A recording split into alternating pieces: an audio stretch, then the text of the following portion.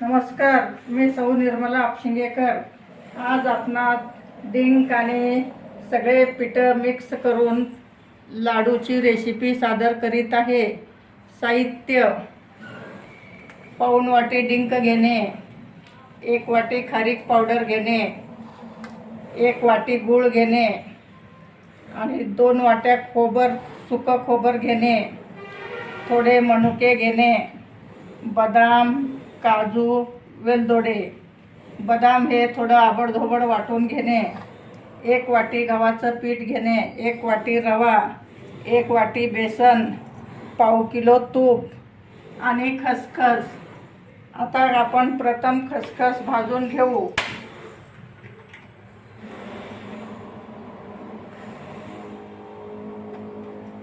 भाजून घातल्यामुळे लाडू हे जास्त दिवस टिकतात।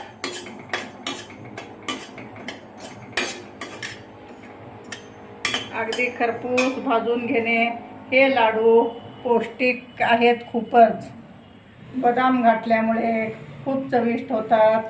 मनुके सुद्धा तुपात तळून घेणे, सुकं खोबर खिसून घेणे, गूळ सुद्धा खिसून घेतलं आहे। आता आपली खसखस भाजून झाली आहे। थोडं लाल कलर आलं की काढून घेणे।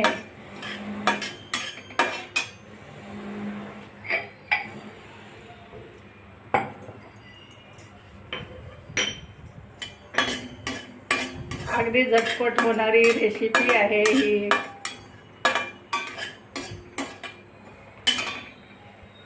आता काजू सुद्धा सोलून घेणे। कधी कधी आत काहीही असतं, त्यामुळं सोलून बारीक करून घेणे।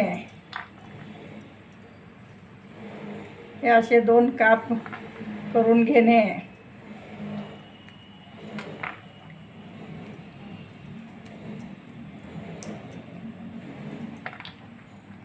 आणि आतपर्यंत भाजले जातात, त्यामुळं आपण व्यवस्थित सोलून घेतल्यामुळे कुरकुरीतपणा येतं। आता आपली खसखस भाजून झाली आहे।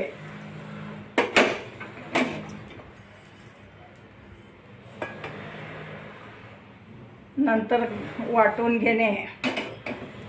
आता आपण बदाम भाजून घेत आहोत।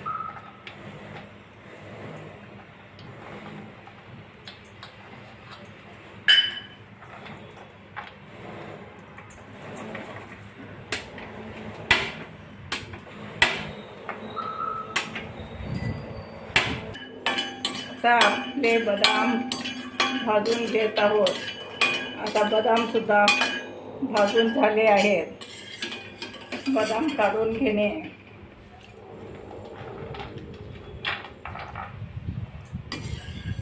भाजल्यामुळे लाडू जास्त दिवस टिकतात।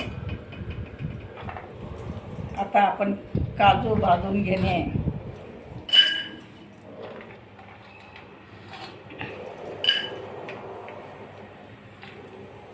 अगदी पौष्टिक लाडू आहेत। हरभऱ्याच्या पिठात प्रोटीन असतं, त्यामुळं पीठ घालणे।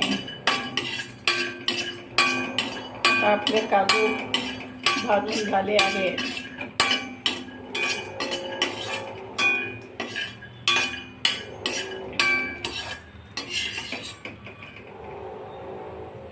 काजू काढून घेणे।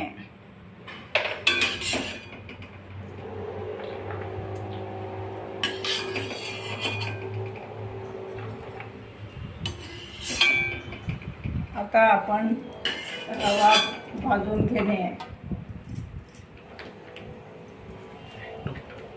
तूप घालणे रवा भाजताना।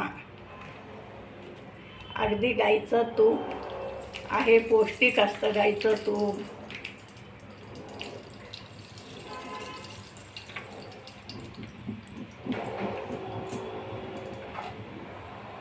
तुपात भाजल्यामुळे खुसखुशीतपणा येतं।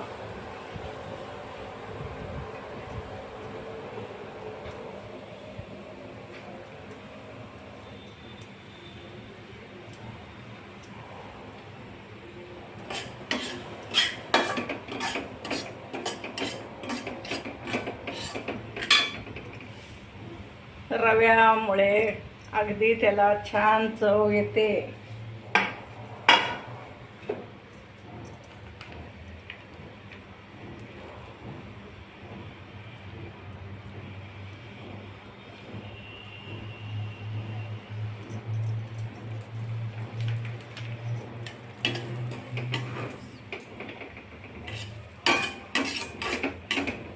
अगदी लाल कलर येईपर्यंत तुम्ही भाजून घेऊ शकता.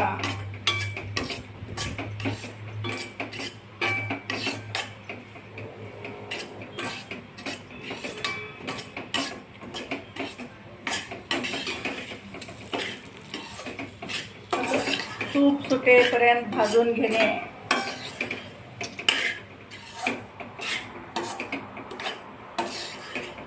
अगदी चॉकलेटी कलर आला की मग खमंग वास येतं.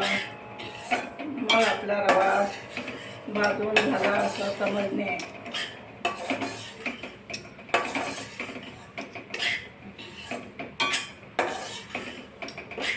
आता एकदम खमंग वास येत आहे.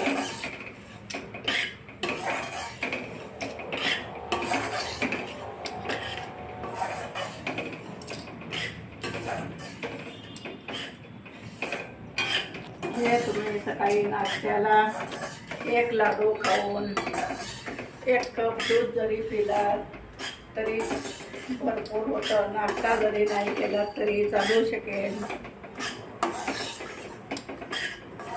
त्यात सगळेच पदार्थ असल्यामुळे पौष्टिक असू शकतं.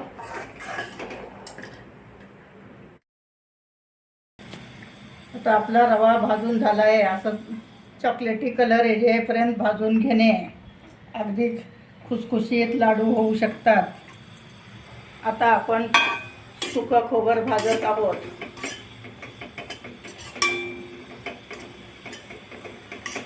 खोबर सुद्धा अगदी चॉकलेटी कलर येईपर्यंत भाजून घेणे.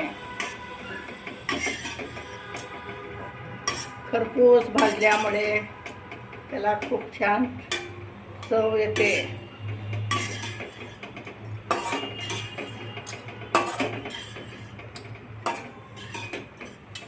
आणि आता थोडी साखर घालून मी वेलदोडा बारीक केला आहे.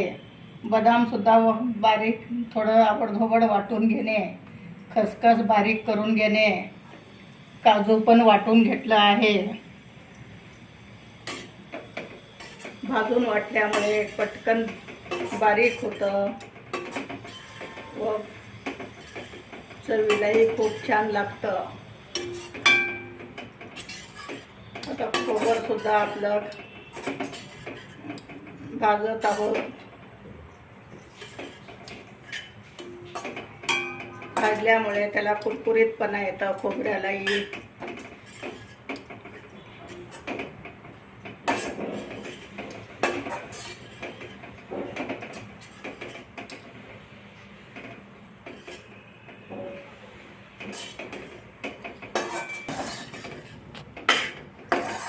आता आपण गव्हाचं पीठ भाजत आहोत. अगदी तूप घालून व्यवस्थित भाजून घेणे. गव्हाचं पीठ सुद्धा तुम्ही चॉकलेटी कलर येईपर्यंत भाजून घेणे.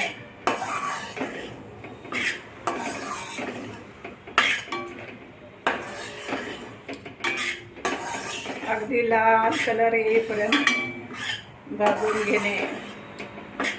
आता तुम्ही पाहू शकता खमंग वास येत आहे.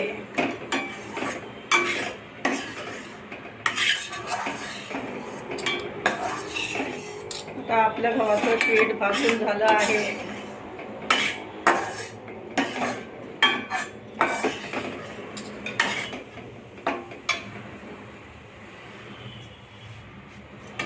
आता गव्हाचं पीठ काढून घेणे.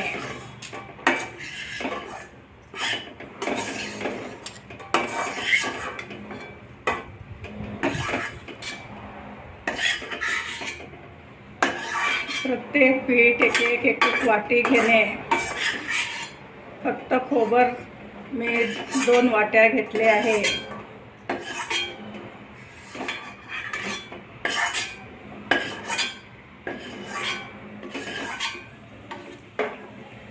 आता आता आपण बेसनचं पीठ भाजण्यासाठी तूप घालत आहोत.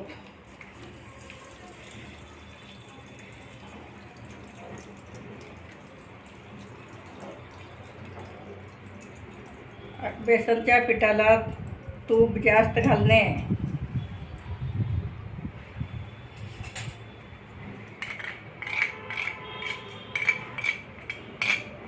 गरम असल्यामुळे चमच्यानं तुम्ही काढू शकता.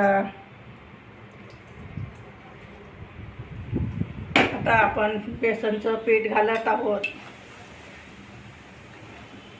ह्यात प्रोटीन असतात, त्यामुळं बेसनचं पीठ घालणे.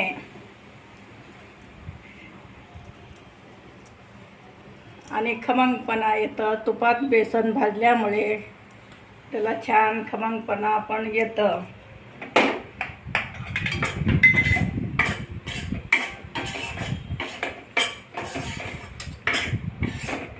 अगदी असं भरपूर तूप घालून भाजल्यामुळे बेसनला छान प्रकारचा स्वाद पण येतं आणि लाडू खुसखुशीत होतात.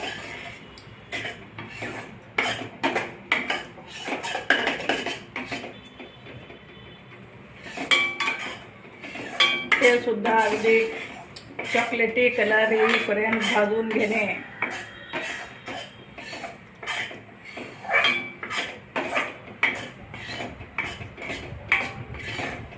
खमंग भाजल्यामुळे लाडू खुसखुशीत होतात, चविष्ट होतात आणि खायलाही खूप छान लागतात. आता आपलं बेसनसुद्धा भाजून झालं आहे. गॅस बंद करणे. तुम्ही पाहू शकता अगदी कलर छान आला आहे. आता आपलं तूप गरम झालं आहे. मी आता डिंक तळत आहे.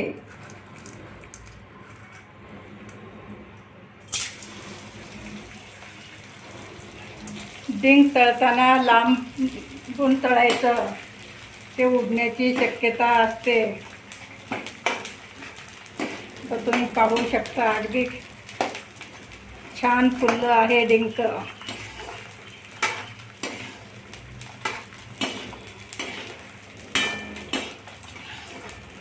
अगदी व्यवस्थित फुलेपर्यंत तळून घेणे.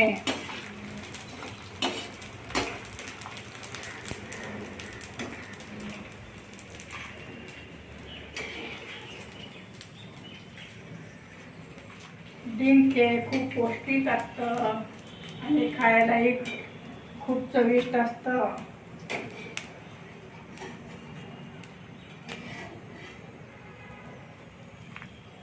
आता आपण आणखी एक घाणार डिंक तळून घेणे.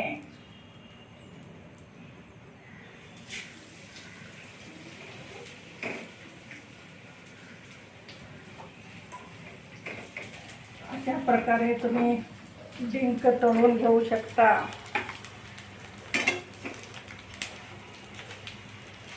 अगदी आतमध्ये पर्यंत तळून घेणे.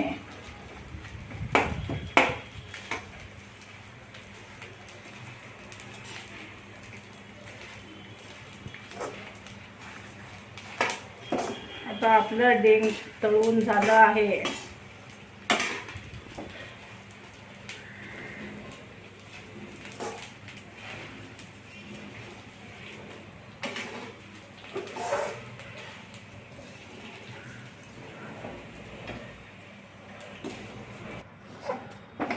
आता आपण थोडं तूप घालून खारीक पावडर भाजून घेत आहोत.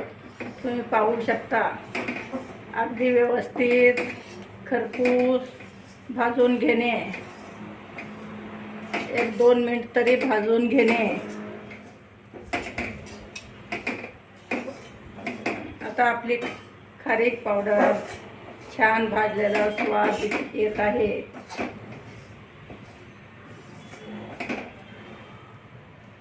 आता आपण खारीक पावडर काढून घेत आहोत.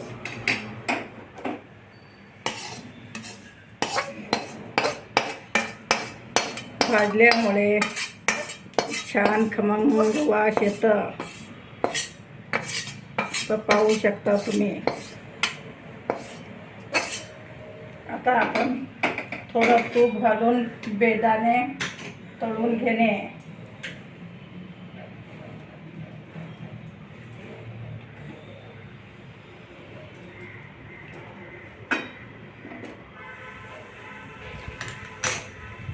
तर बेदाणे सुद्धा तळल्यामुळे छान फुलतात.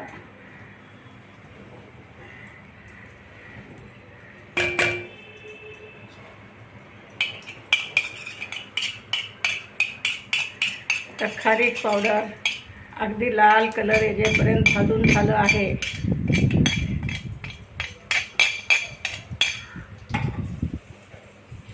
तर तळून घातल्यामुळे छान फुलतात.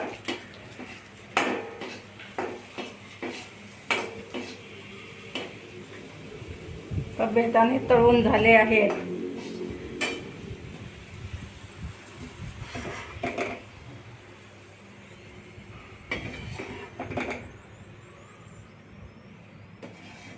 आता आपण त्याच तुपात गूळ घालणे. गुळाचा थोडासा चटका दिला की मग लाडू खराब होत नाहीत.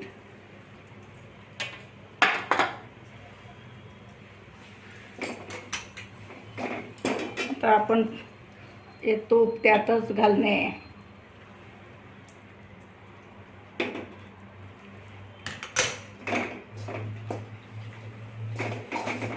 अगदी एक सारी पाक होजेपर्यंत विरघळून घेणे गूळ.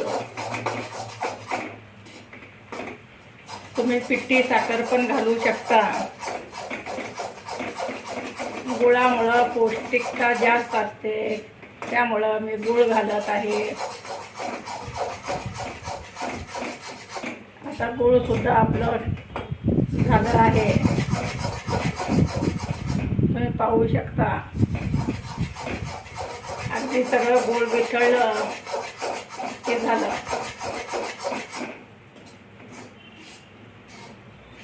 अशा प्रकारे गूळ 1-2 मिनिट गरम करून घेणे तूप घालून.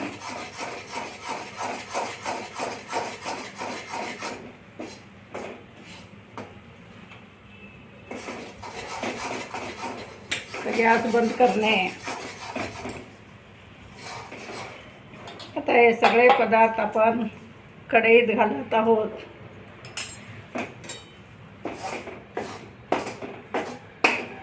खारीक पावडर असल्यामुळे त्यात गूळ थोडंच घालणे. आता हे सगळे पदार्थ एकत्र मिसळून घेणे.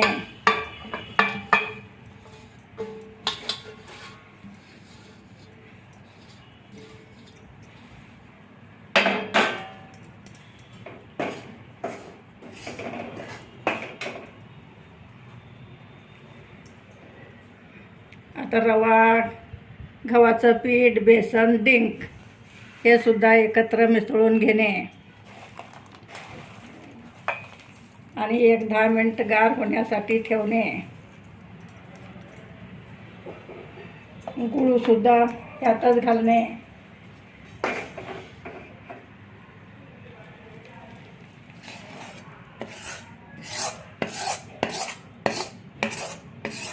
दहा मिनिटानंतर थोडं गार झालं की मग लाडू ओढून घेणे.